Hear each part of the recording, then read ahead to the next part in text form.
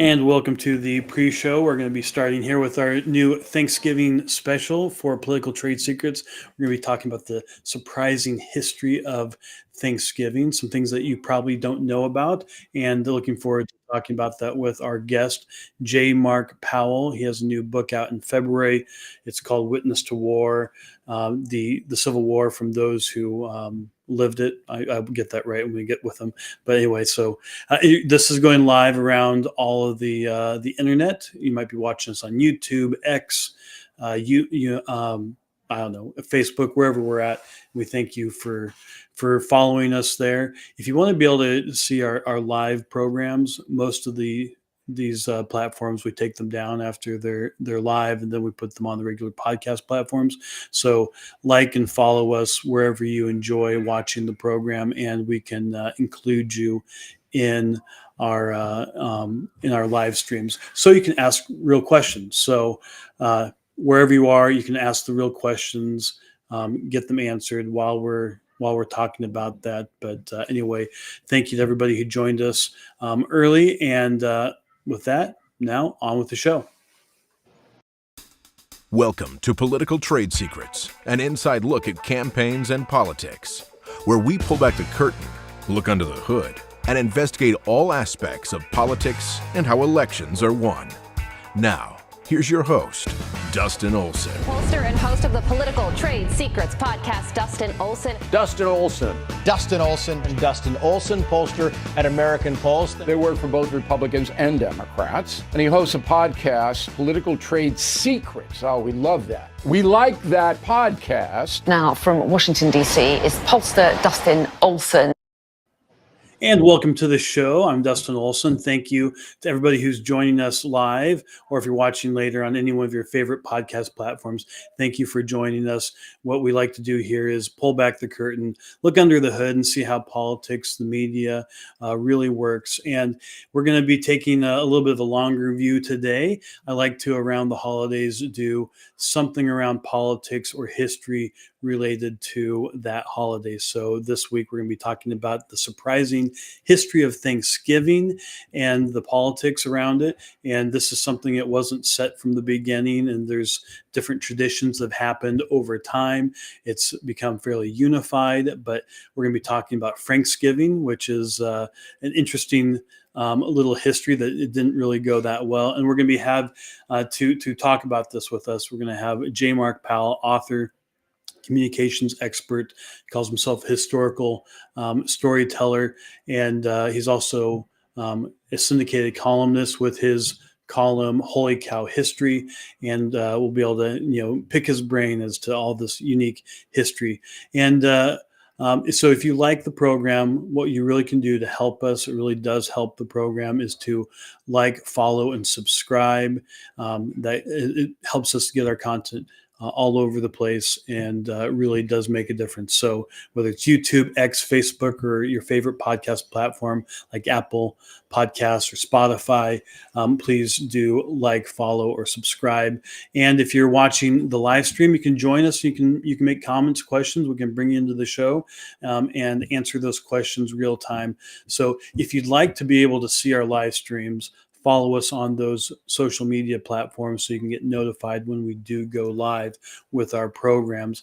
But today in history is also, we have Thanksgiving in a couple of days, but whenever it's around Thanksgiving, I'm always reminded of, the tragedy of the 1960s. We're going into a moment that's fairly similar in many ways with, there was, a slate of assassinations in the 1960s, and today is actually the 62nd anniversary of the farewell, the funeral for JFK. And if you're on any of our social media, you probably saw this tribute earlier today.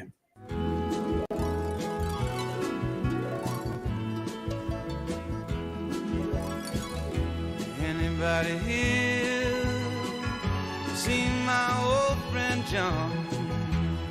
Can you tell me where he's gone? He freed a lot of people, but it seemed the good they die young. I just looked around and he's gone.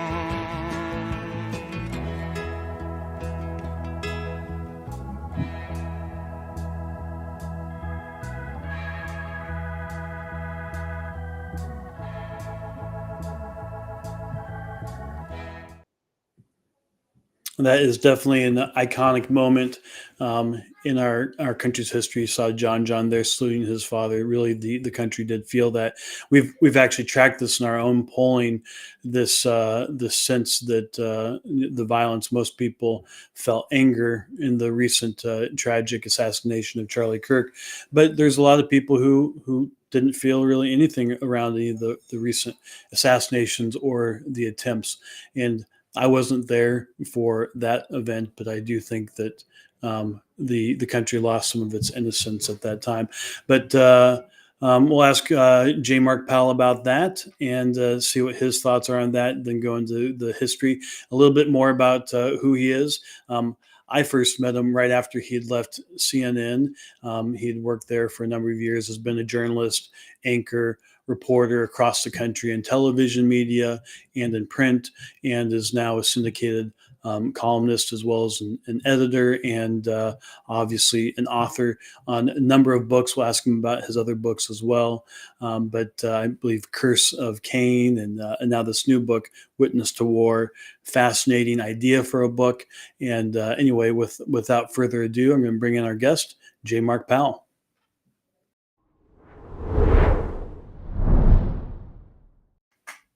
Mark, it's great to have you. Thank you for taking the time to shed some light. Anybody who knows Mark Powell knows that you can just drop a quarter in. He can go for forever on any topic within history. So I thought you're the best person to invite to talk about Thanksgiving. But, today is a historic day, 62 years since the funeral for JFK. And, any thoughts that you have about that? Yeah, Dustin, not only was the funeral 62 years ago today, but you played that memorable moment from the entire services where John Kennedy Jr. salutes his father's caskets. It was just gut-wrenching to see this child at that age realize that was his third. He was born 65 years ago today. So he's doing that on what should have been a child's, fun third birthday. That tells you how much time has passed. He would have been 65. And then his sister Caroline, standing, we saw in that picture too, she turned 7 later. Wow. So this was a tough week for them when they should have been celebrating kids' birthday, burying their father and husband. So I mentioned at least a couple of your books, but why don't you tell everyone a little bit about your background as an author and as a writer. Syndicated column is Holy Cow History. And just tell us a little bit about that. Well, I got into news because I've always loved the social studies in the broad sense of the word: history, politics, government, geography, the whole shooting match. I've always loved to write. And so that was a natural into journalism. It thrilled me that I could be up close to major political figures and get paid for it. No one ever told me you just didn't get paid a lot, but I had a 25-year run and really enjoyed that and had a front row seat to history as it unfolded. Along the way, I co-authored a novel, The Curse of Cain, which is a historical thriller set around Lincoln's assassination in 1865. And then I published a political thriller in 2013, Tell It Like Tupper. The most recent project, The Witness to War, is truly a labor of love. I've been on and off for 5 years. And one day in 2014, I had to go to the post office to pick up a new letter that I just acquired that had been delivered there. And as I was driving home, it occurred to me the content of this newest letter connected directly with the content in another letter I already had. Wow. And driving, the idea popped in my head: what if I curated a collection where you could tell the entire story of the war from Lincoln's election in 1860 until when the guys came home in the summer of 1865 in real time as it's happening through the eyes and the words of the people who resulted then in Witness to War. As 132 witnesses, one amazing story.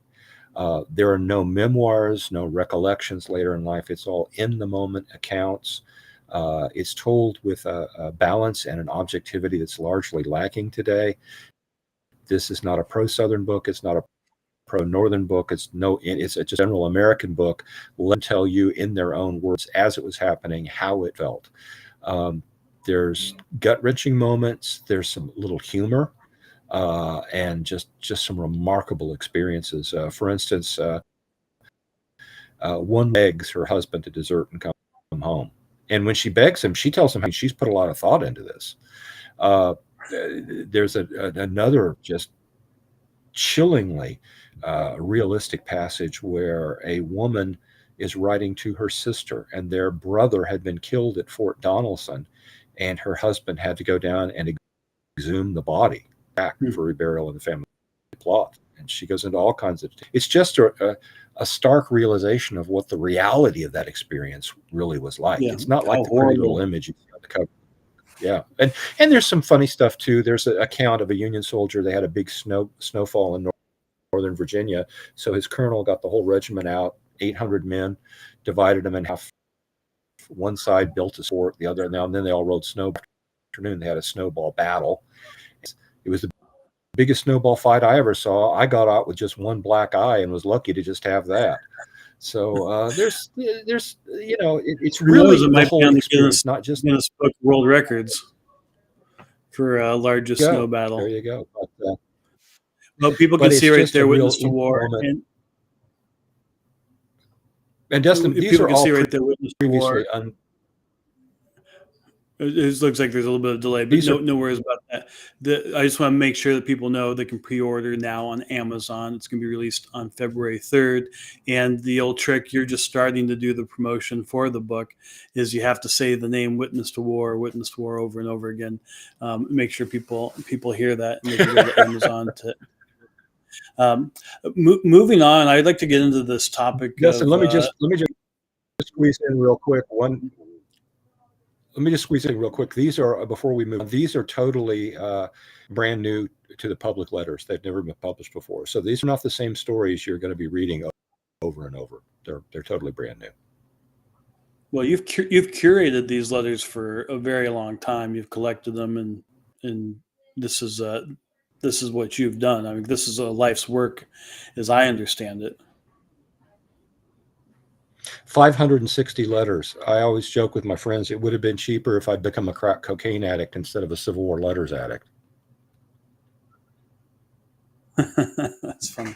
All right, so let's talk about the surprising history and politics of Thanksgiving. And the first place to start is actually the first Thanksgiving. What was actually going on? What we learned about it in school, but what was really going on back then, and how did this get started? So let's start there, and then we're going to go into how it evolved, and one of the most interesting episodes, I think, with Thanksgiving.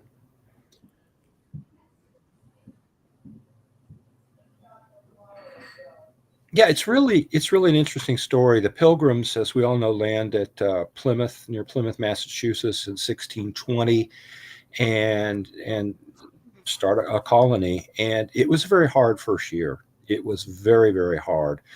England is no stranger from which they came. Is no stranger to cold winters, but that was a particularly brutal winter. And remember, this is before antibiotics. This is before antivirals. So then new continent, and there are viruses and germs and bacteria their bodies have never been exposed to. So there's no built-up resistance. There's no wonder drugs to help them, and a good percentage of them die from illness. And it's a tough winter. They came very, very close to starving to death. As a matter of fact, the Wampanoags, the local Native American tribe, really helped them out and saved them. So the fact that they made it in 1621, that they just survived, that was worthy of celebration. So they decided to have a 3-day feast, festival, ceremony, celebration to give thanks and just have fun after going through a miserable experience. We don't know exactly when it was held, but the best modern research suggests it was sometime between September 11th, so it wouldn't have been this late in the year. There's only one witness account. There's a lot of recollections, there's not a lot to go on.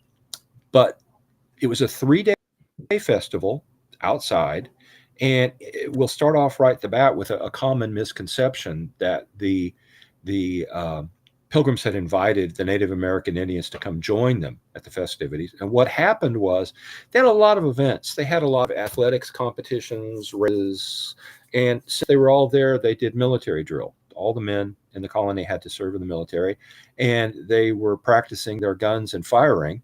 And the Indians heard them and said, "Hey, wait a minute, what's going on?" So Massasoit, the chief, rounded up about 90 braves and showed up. He was fearing there might be trouble, and so the Pilgrim Party joined in. But a lot of people think they were invited beforehand. It didn't turn out that way.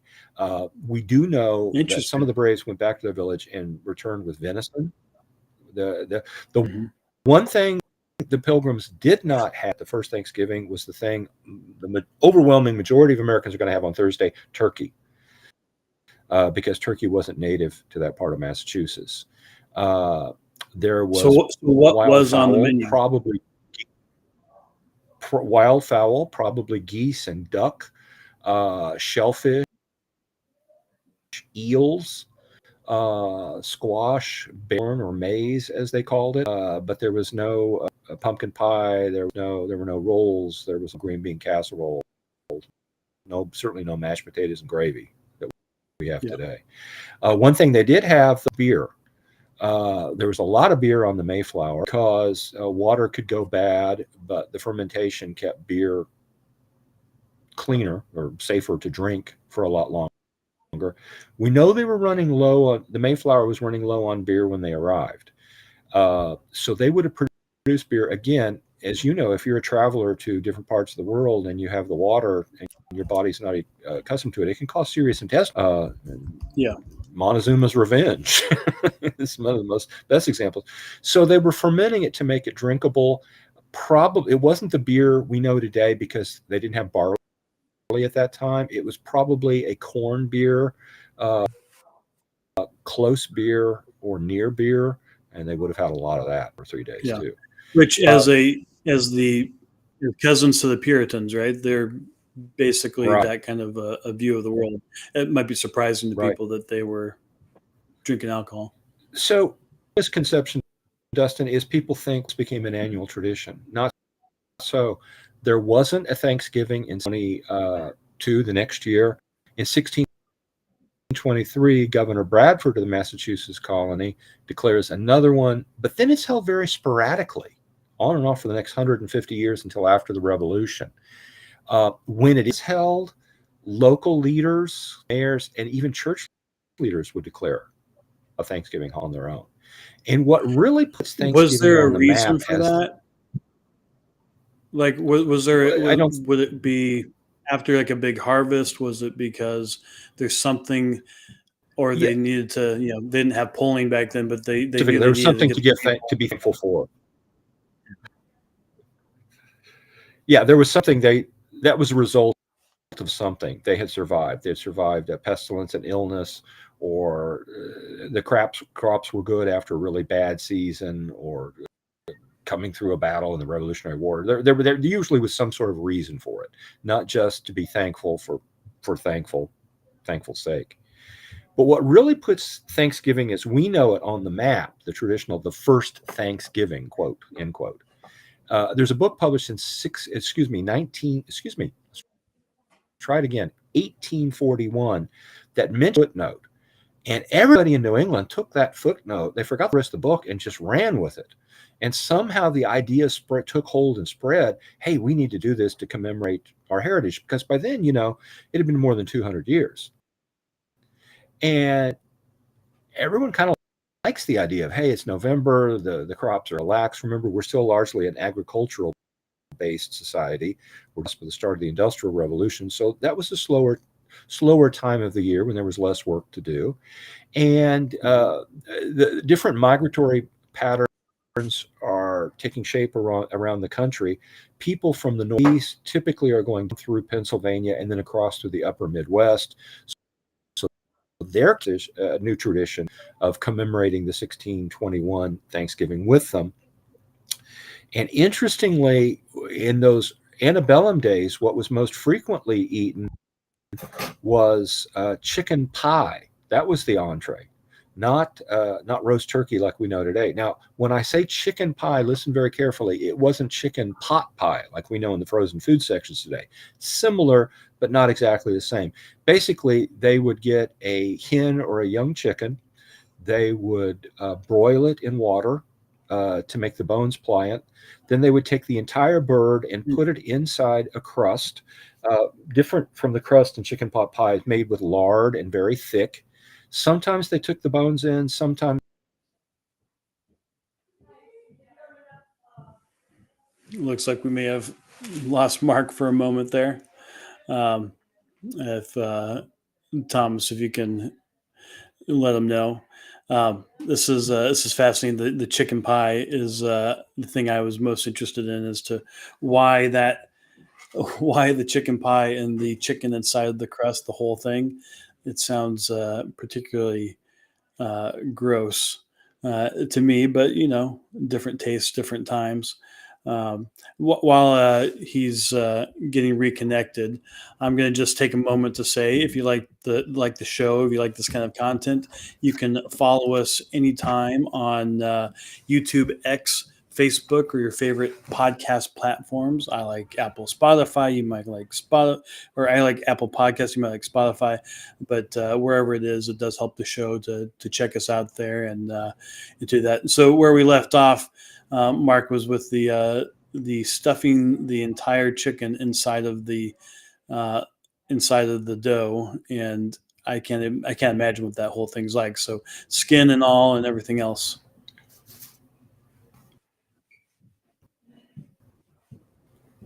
Yeah, they would stuff the chicken inside. They would often use parsley to season it. They did not put the I can't remember where you lost me, but it wasn't pot pie like we had today, where it was creamy with vegetables like peas, carrots, and potatoes. They would put in flour and parsley, and some areas had regional variations where they'd put in Madeira port wine, and then they'd put a double crust on top and bake it. So it had a total different taste than today's pot pie, but that was considered a huge special treat, save for day Thanksgiving or wedding receptions or birthdays. And later on, as farming develops, they say, hey, wait a minute, a whole lot more people with one turkey. It tastes better, and it's a lot less effort to cook.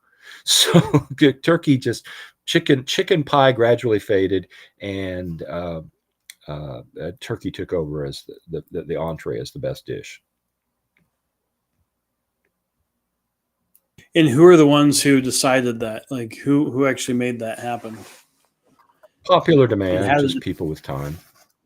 Yeah. Let's go into the civil. Somebody starts doing it. Somebody tries a turkey, and the guests go, "Oh, I like that. I'll do that for my Thanksgiving next year." That's how it kind of took form.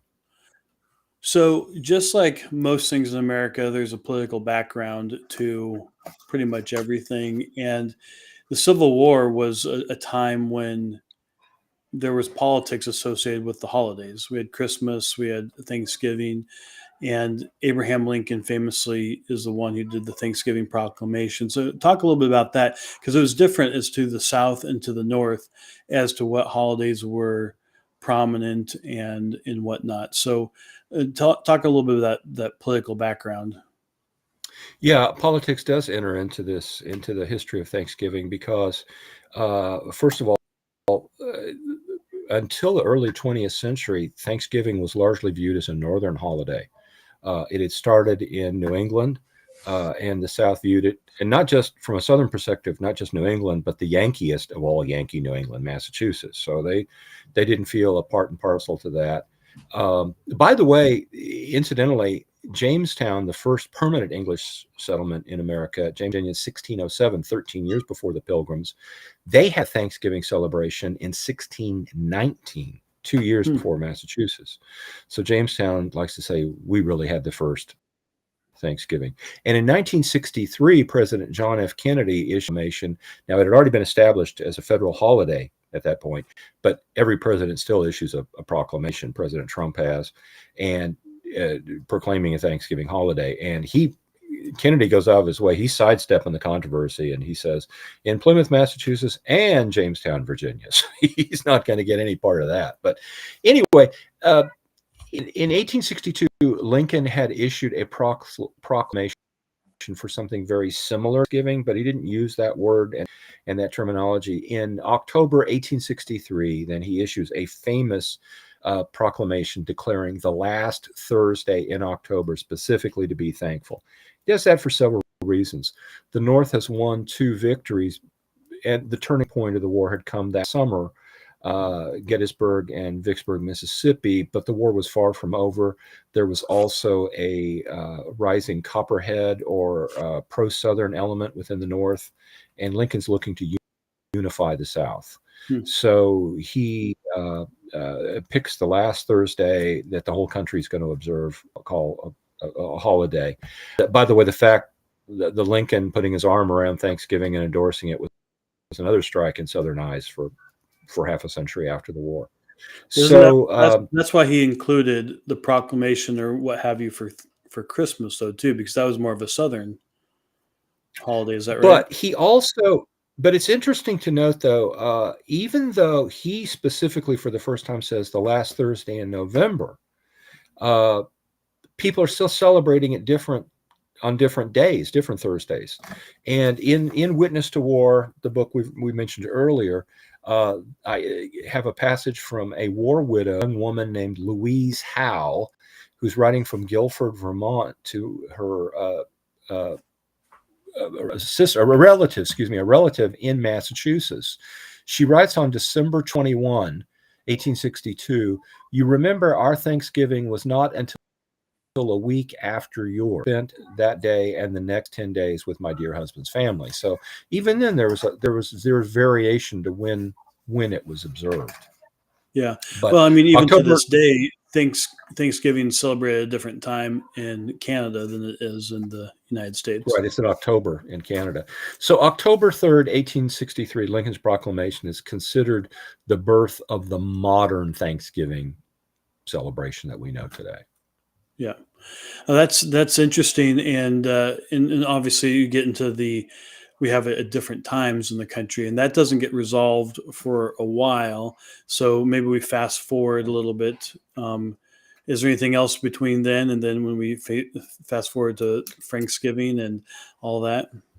Just one thing: World War I, believe it or not, plays a big role in helping solidify Thanksgiving as a national holiday. People don't tend to realize today World War I was a milestone in the reconciliation between the North and South after the Civil War. Feelings had lingered for a long time, and everybody came together, and they intentionally made a public show of bearing the hatchet and hard feelings. The United Confederate Veterans was much like the American Legion or the VFW. There was a group called the Grand Army of the Republic for Union Veterans, and then the UCV, the United Confederate Veterans, the Confederate counterpart of that. And in 1917, right after America entered World War I, show of holding their national convention in Washington, D.C., called Outside of the South to show. So a lot of these Southern guys who are now in the United States Army are serving in the Northeast at bases there, and they are serving in Europe and in France alongside soldiers who are from northern states. And so they're getting exposed to Thanksgiving for the first time, and they're saying, hey, this opportunity to pig out the last of November is pretty good. So they bring that home with them and encourage the wives and sisters to observe it, and it really picks up speed and becomes kind of a national holiday then, which brings us up to before you go into the next thing, just fun. Yeah. Before you go into the next thing, so we have quite a few people who are following us across all the different platforms right now live. Wherever you're watching, you can post a comment or question. So if you have a question or comment about Thanksgiving, if you'd like to ask Mark while he's here a question about something in history related to this, or any other holiday, frankly, please do post a comment or question, and if the team can make sure we get those in here. we appreciate that so that we can include you in the conversation. But okay, so we just went through World War I, and that this has been reconciliation, and Southerners started to celebrate Thanksgiving more, and we've now completed World War I. So we're still celebrating at different times, depending on where you live. But those times were pretty much based around the presidential proclamation. That's pretty much whatever the president proclaimed to be Thanksgiving. They largely stuck to that with some variation. And since Lincoln had proclaimed, politics and government go on precedent very often, and because Lincoln had proclaimed the last Thursday in November, most presidents stuck with that. So the 1930s rolls around, and as you know, it was the greatest financial crisis, economic crisis in American history, the Great Depression. It's extremely difficult to know just how memorable that experience was for those of us today who've grown up in prosperity all our lives. Mm-hmm. Stock market crashes 31, and then business fail, and then unemployment just shoots up, and it's just awful. 31, 32, 33, 34, that's the depths of it. So by 1938, the country is clawing its way out, but it's far from totally over. Also, recovery varied a lot. The economy was much more regionally based at that time than nationally today. How you recovered depended a lot in what part of the country where you league. Yeah, my family were in the Dust Bowl states. There, my family were in the Dust Bowl states, and that was they thought it was bad before and bad after, so they didn't really notice. Yeah, so it didn't just magically go away. It was, and World War II is what finally, prosperity in the war boom years is what finally put the end of it. But in 1938. Business retailers looked at the calendar, and you got to understand something before it was considered very bad taste to do anything for Christmas before Thanksgiving point. And even then as now, retailers depended on the Thanksgiving season. That was the biggie. And it really wasn't until the 70s that people, even in my childhood guy, but even in the 60s and 70s, it was really frowned upon to do things before Thanksgiving. Well, they look at the calendar, and the last Thursday in November is November 30th that year. And so they go to FDR in advance and say, you help us out. Can you move up Thanksgiving to the third Thursday and give us an extra shopping week? And FDR wanting to help the recovery. Sure, no problem. Boy, howdy. So he's declaring Thursday, November 23rd, Thanksgiving. Now, you got to remember, we forget today, FDR was a very divisive figure in his time. He had a lot of popular support. Obviously, if you're elected president 4 times, you've got popular support. Yep. But they weren't 4 landslides. No. There was active, particularly Republicans who opposed pretty much anything that Roosevelt did just because Roosevelt did it, just howled. I mean, they just went apoplectic. Alf Landon, who had been the governor of Kansas, who had been Roosevelt's Republican opponent in 1936, said, acting capriciously like an omnipotent Hitler by changing the name. Now, believe it, he's comparing FDR to Hitler simply for moving Thanksgiving Day. Okay? Yeah. So sounds like a modern everybody Democrat. Everybody doesn't know what to do. So finally, now remember, there's 48 states at this point. 23 states celebrated the state acknowledged Thanksgiving as November 20th. 22 states celebrated our 30th, and 3 states, including your native state of Colorado, Texas, Mississippi, and Colorado, both. And essentially we're left to pick their own Thanksgiving. And then as now people traveled. Families tended to be live closer together, but there still was holiday travel.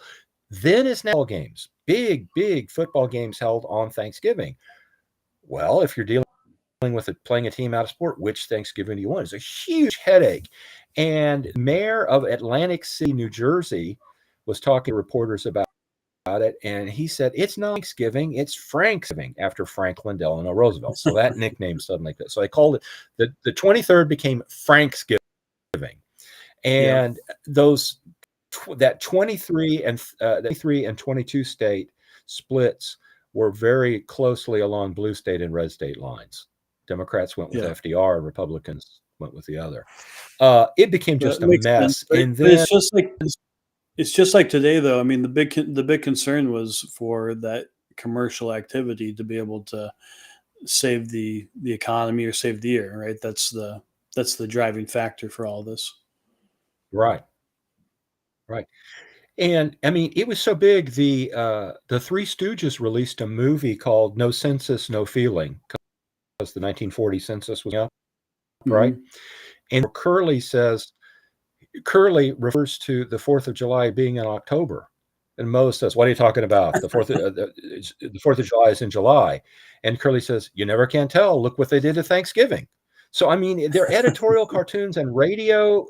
Radio was the big thing before TV, and comedians had a field day joking about Frank. Huge deal. Became a colossal pain in the neck for F. And finally, it went to Congress, and in 1940, Congress voted and declared that the official federal holiday would be the 4th Thursday in Thanksgiving, starting in 1941. Interestingly, to close this chapter out, in 1942, the U.S. Commerce Department did a study and found that moving it up hadn't done anything for the economy at all. It was a big pain in the neck. That was a good idea, looked good on paper, but it didn't really produce anything. But it's still to this day, it's some of the background of Thanksgiving. So there's later on in the 50s or 60s, they have the Holiday Standardization Act, which that handled all the other holidays, but Thanksgiving had already been handled. So, and they did, and then finally, in 1968. I apologize for these pauses, these audio pauses, make it difficult to follow. Well, finally, in 1968, they did one act that really streamlined everything and moved things to like Monday. Memorial Day was another one that everybody picked their own day in April for Memorial Day. And so they finally streamlined and came up with the holidays. There are 11 federal holidays today, and it came up with the dates we know and observe today.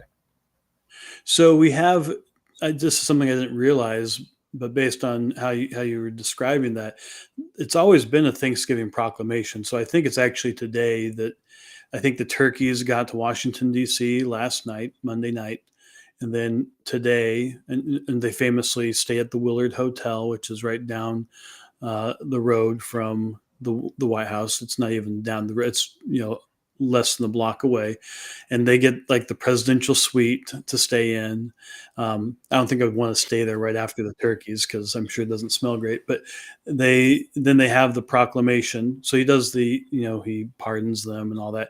But so they still have the Thanksgiving proclamation. So this is all a tradition all the way back to Abraham Lincoln that they've continued, even though it all got codified into law back in 1942. And I believe, don't quote me, but I believe most major federal holidays, the president issues a nation during the holiday, which is already set by law. It's just tradition. Yeah, it's something to get a little bit of press. We have a couple of questions. In February, Labor Day. So we got a couple questions here. Tom says, when did football become a part of Thanksgiving tradition? What's your thoughts? Because that was actually when I say starts catching on nationally, and I'm talking because that's where it got big. College football really starts getting big in the late 1880s, explodes in the 1890s. And in the 1890s, early aughts or early O's, we have a lot of the college riot today start. So a lot of that traces its genesis back to that era. And specifically, those games starting to happen around when Thanksgiving traditionally happens. That's just the end of the playing season. It's a national finale. It's a good time to wrap it up. Yeah, it makes sense. And then we have another question. from another viewer. Prior to 1938, did celebrating Thanksgiving also revolve around the conclusion of harvest? Well, harvest, remember, depends on where you live, because we're a huge country and the climate's different, and there are climate regions. So if you're in the deep, that's just wrapped up. If you're in the extreme northeast, it's been over for a while.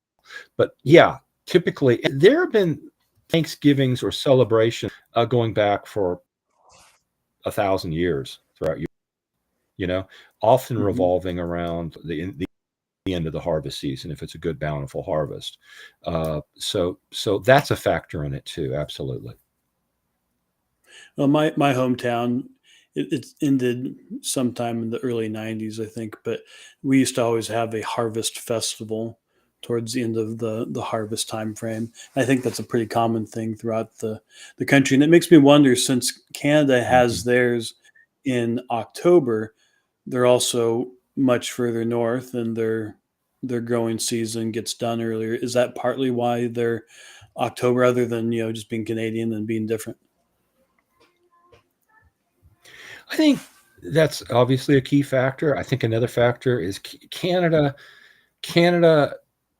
wants to make sure that it doesn't, I mean, it always has. It's trapped in our shadow. We're the big brother, the big neighbor down the street, and kind of want to do their own thing and not look too much like us, but yet they want to be like us. That you always hear about Canada, a nation in its own identity. They don't want to be identified with England. They don't want to be identified with France. They definitely don't want to be identified with us. So they always try to be Canadian, but it always seems like I'm watered down for someone else. Yeah. By the way, I hope I don't come off sounding anti-Canadian. My great college love affair was with a Canadian, so I have a great soft spot for Canadians in my heart. Oh, very good. All right, so I want to go back to your books and your in your column and the work that you're doing now. So, if people want to get the book, anything else you want to say about the new book? It's coming out in February 3rd, I believe. Is that right? If you have an interest, this book is not, quote, academic history, end quote. I'm doing air quotes. I don't know if mine or not. If you hated history in school, I don't blame you. In school, a lot of times for many years, it was just names, dates of dead people that had no relevance or no meaning. So that's not what this book is. This essentially is designed for a person who wants to know about history but doesn't like history. And many people who've read it are telling me it's a very fast, quick read, and it was written that way intentionally because trying to cover the entire war in one book is as I found, I learned the hard way. That's a mighty tall order. And again, make sure my goal in writing this was to make anyone look good or bad one side or bad the other. My goal was to hold a mirror up to the people of the period and let them reflect themselves in their own. Remember, they never knew that people were going to be reading these letters. So they pour out their hearts, their hopes, their fears, their goals, their arrogance, their timid everything, and they pour it out in real time.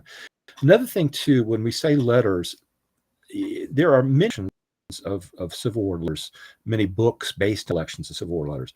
Print the entire letter, right? Well, okay, most letters, if I were to write you a letter, hey, Dustin, how's Caroline? How's your daughter? How's the weather there? What's going on? Have you talked to Sean or Thomas lately? Blah, blah, blah. Blah, blah, blah. Oh, I had a pain in my back. Da, da, da, da, da. Oh, we fought a big battle. Da, da, da, da, da. Okay. Well, that part of big battle is what we want to know about, or something significant and revealing to the excerpt. It scrapes away all that extraneous stuff. So you don't have a letter. Sometimes it is just a paragraph, a single paragraph. Sometimes there's a remarkable letter written from a woman who was trapped in the town of Gettysburg. And if you know the Battle of Gettysburg, it's one of the rare instances where there was urban fighting. The battle literally swept through the town, and then she was essentially behind, and she writes a compelling account. Days were like there, so that gets several pages. Also, I'd like to point out there are no letters from famous people in this book. There are no generals, there are no presidents, there's no nobody. Intentionally, because they their letters, their thoughts have been out there for well over a century and a half. Yep. This is what it was like for the average day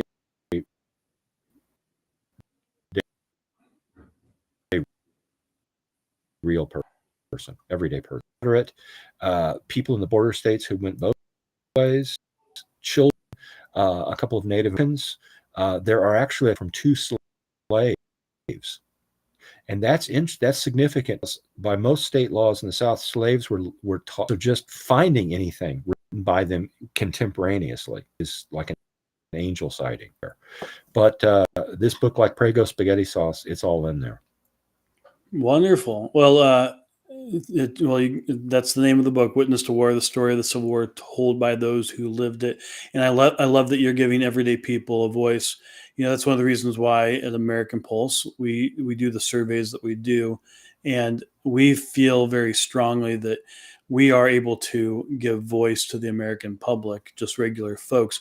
And whenever our polls are used for the public consumption, used in the news media, that we're able to add the voices of regular Americans to big national topics so that they actually get to have a voice as opposed to just the talking heads. And whenever I do media and whatnot, I'm very conscious that that's something I can provide, is that ability to give regular people a voice in that conversation. So this is what you've done. There wasn't polling back in Civil War, but you've been able to do that, give regular people voice, which I think is pretty amazing. And if people want to get your syndicated column, where should they do that?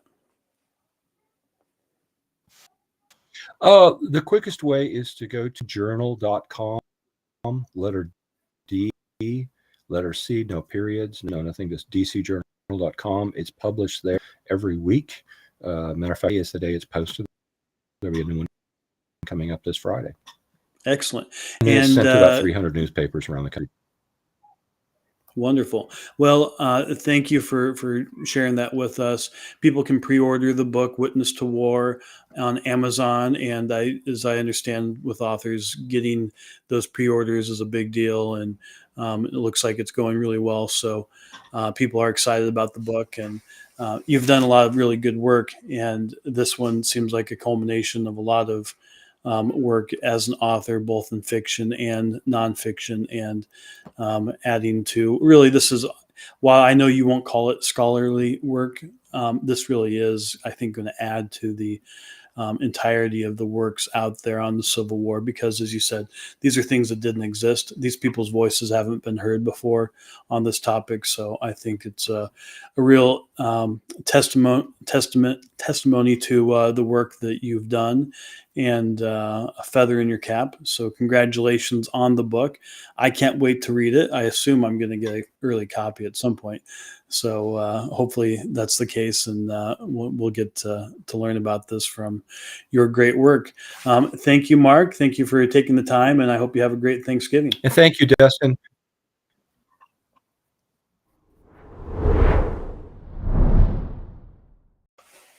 All right, that was author J. Mark Powell. Thank you very much to him for joining us today and sharing his insights on Thanksgiving. Hopefully you found it interesting, learning about Franksgiving and Franklin Delano Roosevelt almost ruining Thanksgiving for everybody.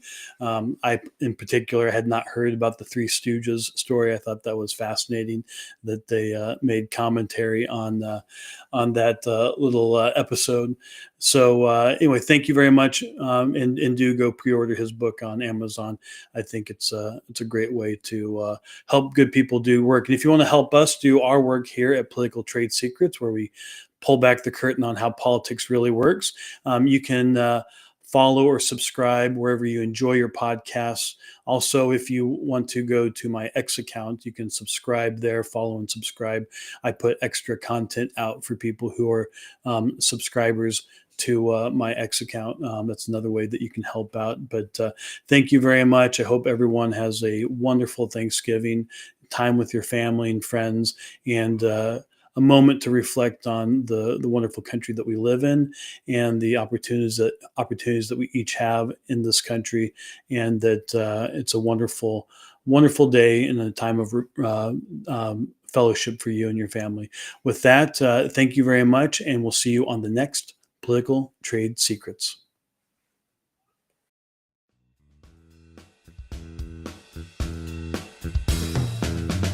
Join us next time by subscribing on iTunes and get show notes and sign up for our newsletter at politicaltradesecrets.com.